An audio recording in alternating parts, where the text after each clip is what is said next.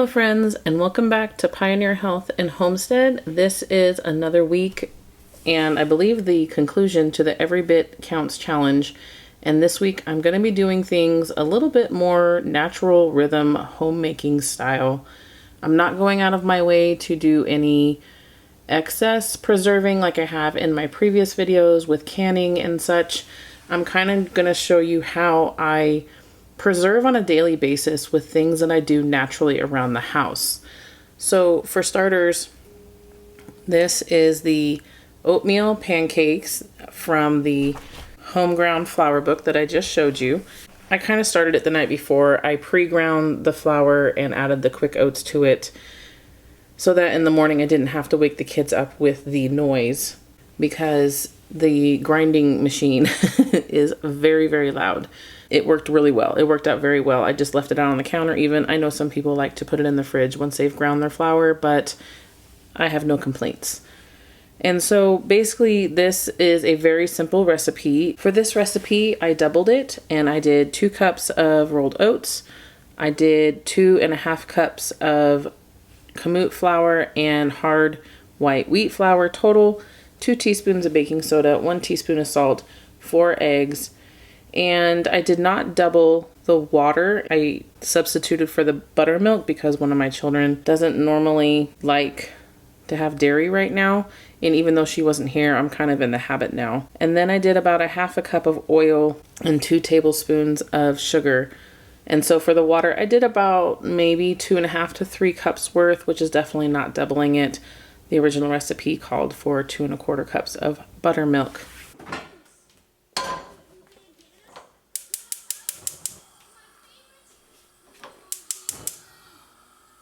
This oil that I have over here is the one I mentioned in last week's video that did not make it in its plastic container when I left it next to the pressure canner. It melted, but the oil was fine. And this is a really old oil that I haven't used, so I'm really trying to use it up. It is just organic palm oil. It's fine. I don't have a problem with it. I did learn about palm oil being an issue for ethically sourcing, and this is from Azure, so I don't know. Anyways, I wanted you guys to know that if you watched my last video and I said I ruined it, I was able to salvage most of it. It's just in a new jar.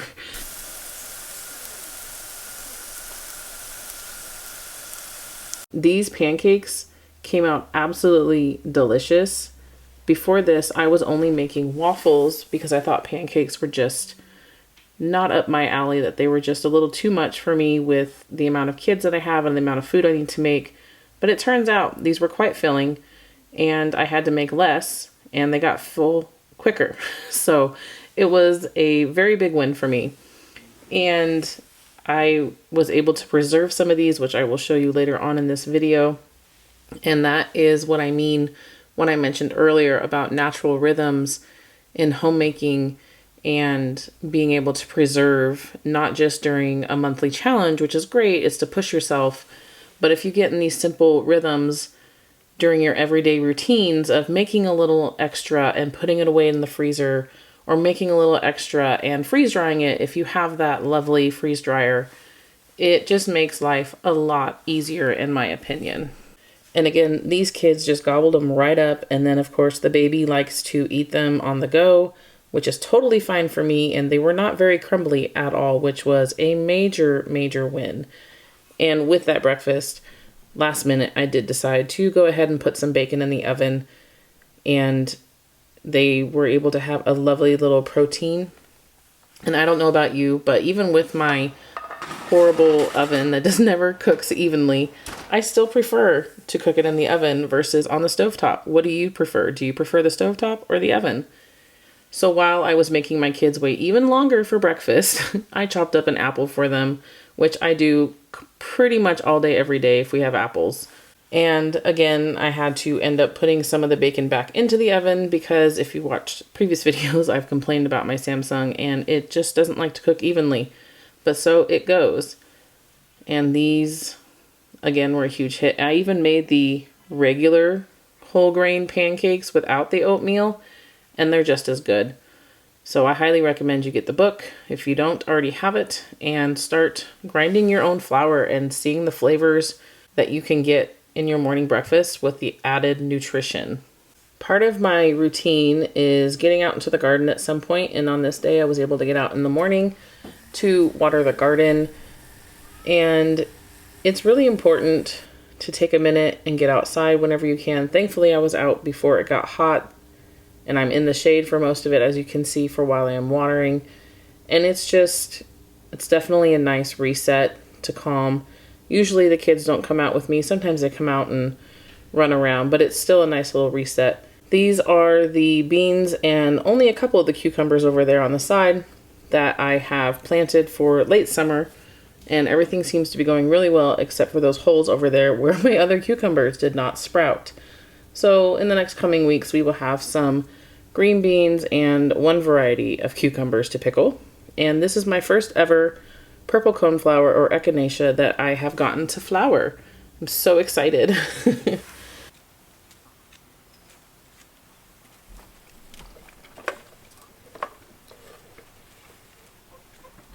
And now I'm cleaning up and getting ready to start our homeschool, getting our schoolwork in, transitioning back into that being the priority in our house is definitely a big transition, a big shift. And I'm trying to figure out the best schedule to put us on, especially with the end of summer and still needing to be in the garden. It'll get easier as the cooler months come because no one's really going to want to be outside. They're all going to be cooped up inside. And so we'll be able to knock it out and then have some playtime and such afterwards. But I need to get stuff done while I can because, as you can see, the baby, he's still pretty attached. He needs me all the time, it seems. So I try to sneak in the schoolwork as I can. You'll notice that he has his little pancake in his hand when he's sitting with me. And this is one of the reasons why that natural rhythm preserving is so important to me, because when I get busy with things like school or the business or the garden, I want to be able to pull things out of the freezer or pull things off of my shelf to make a quick meal, to make a quick snack, anything along those lines that's going to help my day run smoother and allow me to focus on my children as much as possible, which is the biggest reason to stay home for me, is to be with my children as much as possible. And I am very grateful for that. So I just want to set myself up and my family up for success in the best way possible. So like I had mentioned, the pancakes going into the freezer bag to go into the freezer for another day. For one of those mornings where I just don't want to get up and get started, I can pull these out, pop them in the toaster, and they can have breakfast. Add some yogurt and granola, fresh fruit, or even frozen fruit warmed up. Anything will make my life that much easier, especially going into these cooler months where people tend to get sick. It's nice to have these backups for sure. And I highly recommend that if you have leftovers like this, don't throw them out. Please preserve them in your freezer or some other way that works best for you. The other natural thing is to save your bacon grease, right? I make a point to not buy bacon with all the added preservatives in it as much as possible. Yes, it's still Costco, but it doesn't have the nitrates and nitrites in it. And I'm going to save that grease because I like to cook with that grease. And this way, every little bit counts, right? So, and I also make sure to use a little mesh strainer because I don't want to get the little bits in there. And I just add it on top of the other ones. I probably have 3 or 4 jars like this in the fridge that I go through randomly. And I just recommend that you let it cool down before you put it in the fridge. I mentioned earlier in the video of setting yourself up for success, and that's what I'm doing here. I am starting some pizza dough that usually needs to be in the fridge for about a day or so. So I am getting it started in the grain mill, and we'll get the dough going, put it in the fridge, and I plan to use it for lunch in the next day or so. I will show you that later on in this video, how it turns out. And spoiler, it was absolutely delicious. I don't think I've ever had pizza dough with that much flavor in it. And so this, I'm using kamut and hard white wheat again. In the book, she suggests using hard white wheat or kamut. And her reasoning is because the flavor is not as nutty. And how she puts it is she doesn't like to have nuts in her pizza. So I definitely agree, and it was absolutely delicious. If you haven't tried it, try it. I will put the link to this book in the description box below.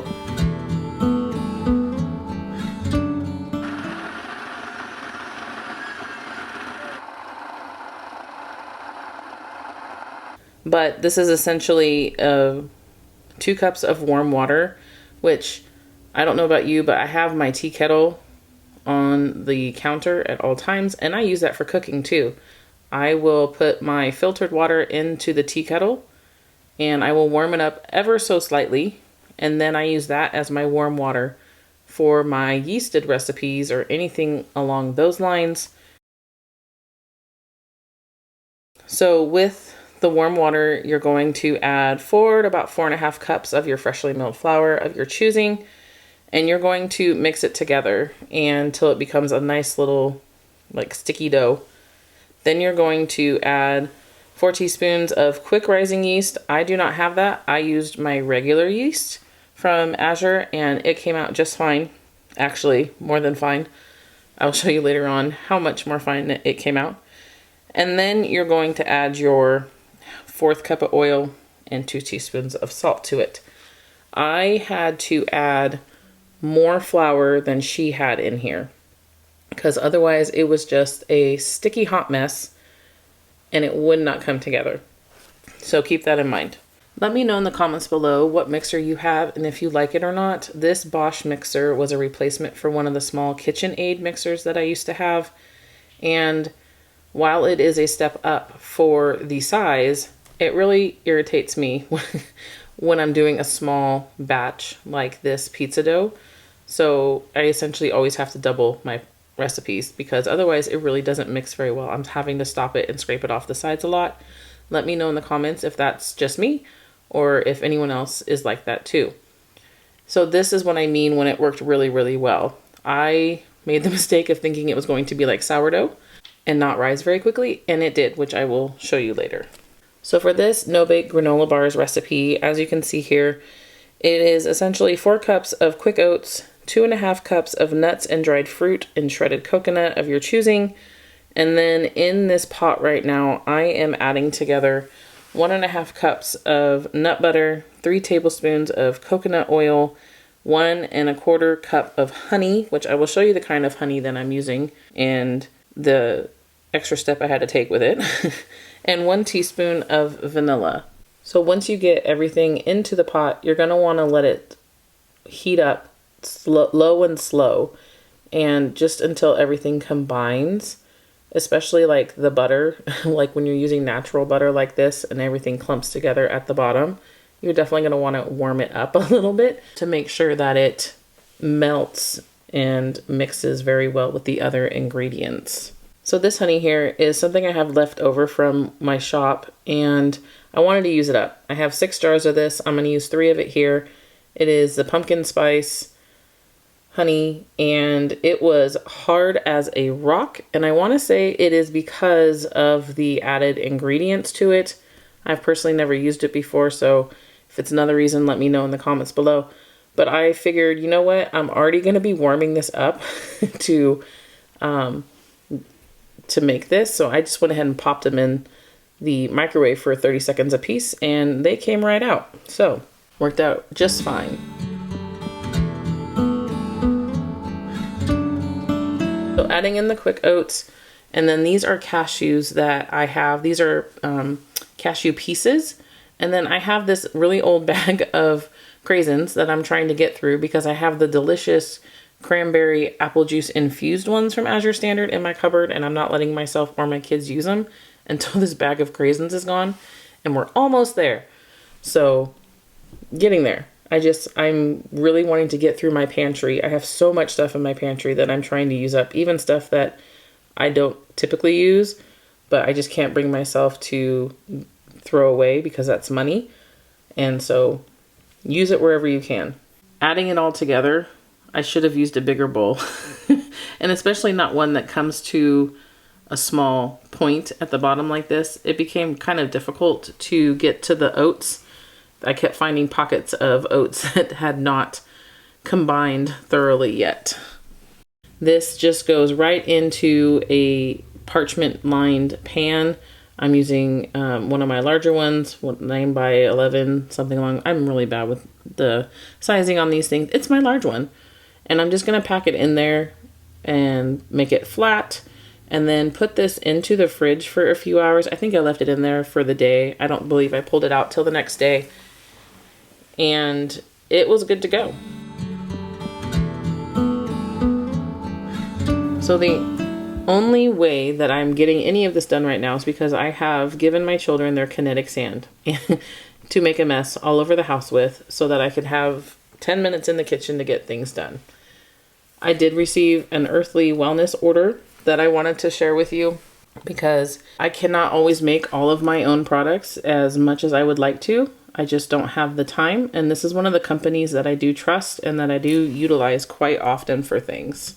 So this Good Night Lotion I really like because it helps to promote restful sleep, relieve occasional leg cramps, promote calm mood, and more.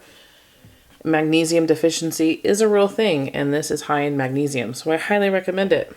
And this is a teeth tamer that I showed you in the last video that I use for my teething toddler, and it works amazing. And same with this Master Tonic. I take this for adrenal and immune support and overall body wellness. This is something that I don't carry all the herbs myself, so having a product like this easily available is great. I will link all of these down in the description box below if you would like some more information.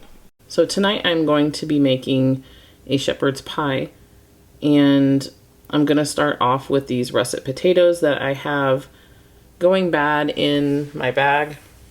They were getting quite soft, so I figured this was the best way to utilize them because I had some ground beef, and then I can always just add some random vegetables and things and some normal kitchen staples like the carrots, onion, celery that I always seem to have and most homemakers and homesteaders would have. This is really just a very easy recipe to do, and I don't really have an actual recipe to share with you. I basically just you saw a couple carrots, a few celery. I did about a half of a onion, and then I'm just going to saute them in some of the oil that I mentioned before.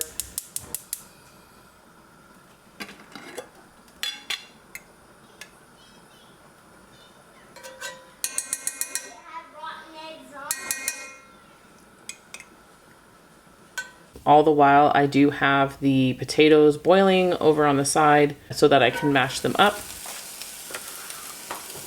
If you wanted to add things like garlic, of course you could, shallots, Brussels sprouts would be good, even some zucchini, anything that you have lying around from the garden. I could have added peppers, that was actually my intent, but I just forgot about it. And this meat that I have is one of those giant packs that you get from Costco that, as you can see, was starting to turn brown on the outside. So I knew I needed to use it up, and I didn't want to just throw it in the freezer. So I'm using about 2 pounds, I would say, roughly, of ground beef. And then I'm going to show you what I do with the rest later on as part of my preservation, natural rhythms that I've mentioned. Adding some basic salt and pepper. Just add it to your taste. And then I'm adding, of course, some garlic powder because I did not peel any garlic for this day. And this is my new favorite tool. I know lots of people have been using these for a long time, but I finally took the plunge and bought one of these myself. And I will show you in this video how I've used it so many times already in just 2 days. And so with the rest of the meat, I'm just going to basically package it up for the freezer. I am going to do about another 2 pounds in each bag.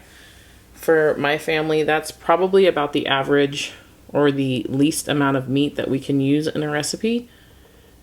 If we used 1 pound, it just would not go very far. And so just putting these in the freezer is nice, knowing that the meat is not sitting in my fridge about to go bad. and I can quickly thaw out ground beef in warm water, right? It's just super simple. Now I'm getting a steam bath from the potatoes. I don't know about you, but this is not my favorite part. I do not like heat. So this is a labor of love, making sure that I'm not getting boiling water on my feet as I do that. And again, still using my favorite little toy over there. And I'm just going to add some butter to the potatoes to melt in. And this lovely, lovely tool is great for mashing potatoes again. Why did I not try this sooner? I'm adding in probably about a half a cup of milk and just making mashed potatoes essentially. You could also add in things like chicken bouillon or even bone broth in there instead of the milk or with the milk, and that would taste delicious too. Adding in some Worcestershire sauce, probably about 2 to 3 tablespoons, mixing it in. And in a previous video, I showed you me canning some tomato juice, and this was the one jar left over that I didn't feel like running through the canner again. So I'm using it up. Instead of using a broth in this recipe, I'm going to be using the tomato juice. And instead of using cornstarch, I'm going to be using 2 teaspoons of the arrowroot powder with my lovely little whisk here. It just magically makes it melt in, and I absolutely love it. But if you have cornstarch, it would be about the same. Just adding it into the meal to thicken up. This really is a very simple meal. And I went ahead and decided to grab some of my peas that needed to be used from the freezer. Again, just trying to get through everything that's in my pantry. And again, using my tool to smash some frozen peas. I'm telling you, if you have not taken the plunge, buy this tool. I will put a link below. Plopping the mashed potatoes on top of this, and then I will be smoothing it out. And I also preheated the oven to 400 degrees Fahrenheit. And this meal was absolutely delicious. You're going to want to put this into the oven and bake for about 20 to 30 minutes. I believe I did it on the longer end of 30 minutes because you want it to be bubbling and brown on the top. And this is that pizza dough that I had told you about. Twice I had to go into the fridge because it was spilling out and punch it back down. And so finally I was like, well, this is definitely not sourdough. I don't know what I was thinking, and upgraded its bowl. And I will show you that it still continued to go. So I am still getting used to yeasted breads as opposed to sourdough.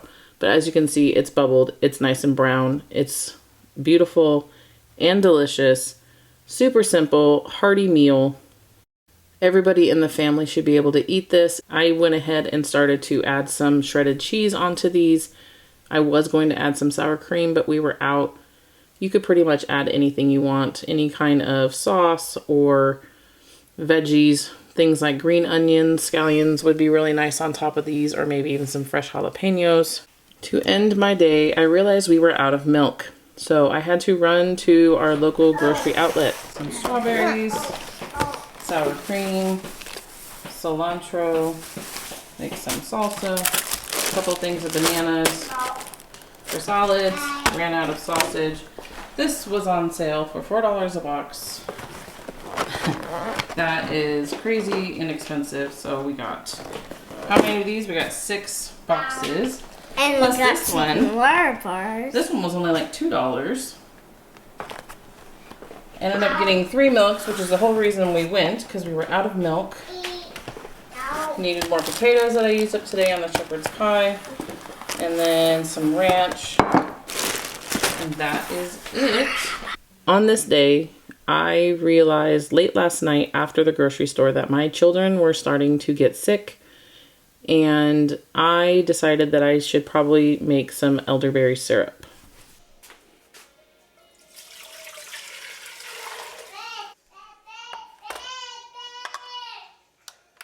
I will have the link to the recipe below. You can also watch other videos of me going into a little bit more depth on how to make this and why. Also my blog posts, all of that will be linked below. But essentially, this is your basic, most popular immune boosting syrup out there. Lots of different recipes. You can add things, you can omit things. But for this one, this is my tried and true. This is the recipe that I use for my shop. This is the almost identical recipe that I put into my quick kits that I will link below, and also into the pre-made syrups that I make for my local community. I'm not shipping those right now. I've done that before, and that's been a big giant syrupy mess. It doesn't matter how much styrofoam I pack them in, the post office does not like them. So, and for this recipe, I am using fresh ginger because I have a lot of fresh ginger. But essentially it is elderberries, of course, echinacea, rose hips, the ginger, cinnamon, and a cayenne. This is cayenne peppers from my own garden that I dehydrate and I use throughout the year. You're going to add about 4 to 6 cups of water. I use filtered water, of course. And you're going to combine it all into a pot, and you're going to simmer it on low for about an hour, maybe a little less. You just want everything to evaporate by half. And then you're also going to want to wait until you've seen the cinnamon sticks open up, and I will show you what that looks like here in a second. But essentially going low and slow and letting everything simmer and melt and blend. And the smell is absolutely amazing. The kids were outside and didn't know I was making this, and they came in and were like, "Oh, what smells so good, Mom?" And I told them elderberry syrup, and they got really excited. They like elderberry syrup season. They just don't like why we have elderberry syrup season. And so just draining it in a fine mesh strainer, that's about 4 cups, and then pushing it all out. In my quick kits, I do give a little tea bag that you can put all of this in, and it makes it a lot easier. But if you don't have that, definitely don't need it.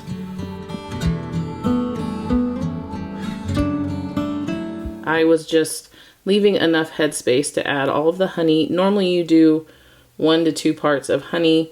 I don't really like that much sweet, and my children don't really like that much sweets in their syrup, so I just do it a little less than half, a little less than 1 part for the honey.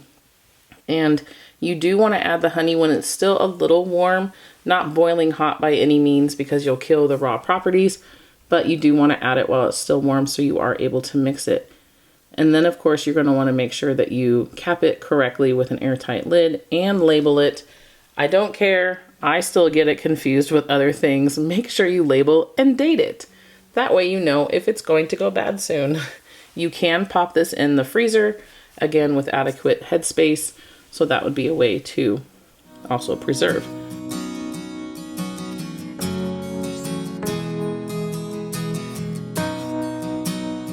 This fire cider is almost gone. We've been drinking it daily, my husband and myself, so I'm going to be straining off the elderberry fire cider probably in the next week or so. And here I have pulled out the no-bake granola bar, and we'll be cutting this up shortly. And these are so good and tasty. So this is the next day. On this day, I have decided to make that pizza I had prepared. So for lunch, we are shredding the cheese, and you can see it did puff up again, like it should. And so I'm going to split this in half as best as I can and start rolling it out on the parchment paper.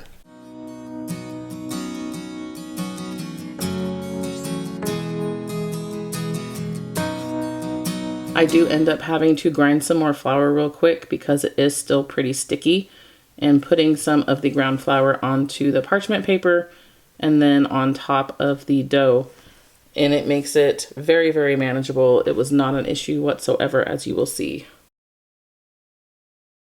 This pizza dough, like I mentioned before, was absolutely delicious. I will definitely be doing this every few days, I think, until the kids get sick of it. They really, really, really enjoyed it. I didn't even make enough. Like, I was shocked. So while I am doing this, I do have 2 bakeware stones. One is a pizza stone and the other is a Pampered Chef stone, heating in the oven as it's preheating to 400 degrees. And that is the reason that I'm putting these on parchment paper, is because once you put everything on top of pizza dough like this, and I don't have those little pizza spatulas, please let me know in the comments what that is actually called. But I put them on parchment paper, and I have someone help me. We take the four corners and we lop them onto the pizza stone so you get a nice crust. This pizza sauce, quote unquote, is something that I made a couple years ago when I was learning to can, and we are still getting through it. It's a little watery, but it's still really good. And my kids don't really like thick sauce either. And we're all just taking turns making our little pizzas. One is a cheese pizza for one of my children that does not like pepperoni or anything else on it. It has mozzarella and cheddar cheese. And then we have one that the kids went to town with the pepperoni and mozzarella and cheddar cheese. I probably could have left the pizzas in another minute or two, but these came out absolutely perfect in my opinion. And like I mentioned before, the kids just gobbled them up. It was absolutely wonderful to see them eat so vigorously and tell me that I didn't make enough. But now I know I will have to probably double this recipe each time just to keep them happy. Thanks for hanging out with me today. I hope this gives you some ideas and encouragement, and I will see you in the next video. Bye, friends.